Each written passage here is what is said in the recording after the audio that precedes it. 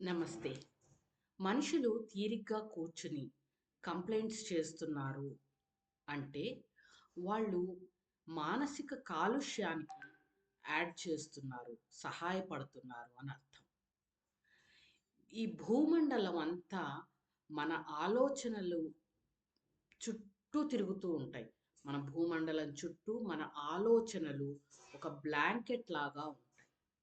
ప్రతి ఒక్కళ్ళ ఆలోచనలు ఈ క్లౌడ్‌కి యాడ్ ఆన్ అవుతూ ఉంటాయి.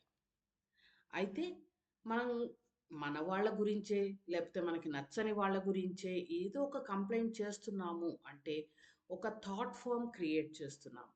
ఈ థాట్ ఫార్మ్స్ అన్నీ కలిపి ఒక పెద్ద మేఘంలాగా పొల్యూషన్, సైకిక్ పొల్యూషన్‌కి యాడ్ చేస్తాయి. ధ్యానం చేసినప్పుడు ఏమవుతుంది?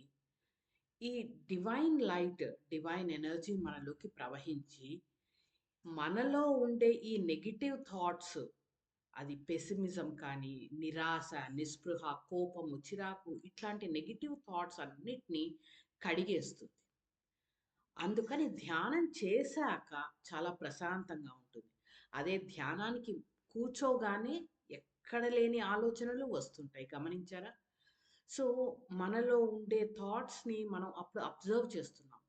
ఆ డివైన్ ఎనర్జీ ఎప్పుడైతే లోపలికొస్తుందో మొత్తం కడిగేస్తుంది. అప్పుడు మనం ఈ భూమండలానికి సహాయం ఎలా చేయగలము? ఫిజికల్‌గా వెళ్లి చేయకపోయినా, ఆ కంటామినేషన్, ఆ పొల్యూషన్‌కి మన వంతుగా మనం యాడ్ చెయ్యం.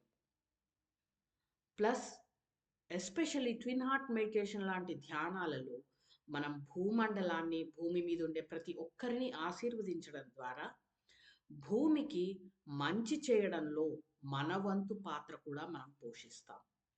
అందుకని తప్పకుండా రోజు కొద్దిసేపైనా కూడా ధ్యానం చేయండి. మన వంతు మనం మంచి చేయకపోయినా పర్వాలేదు.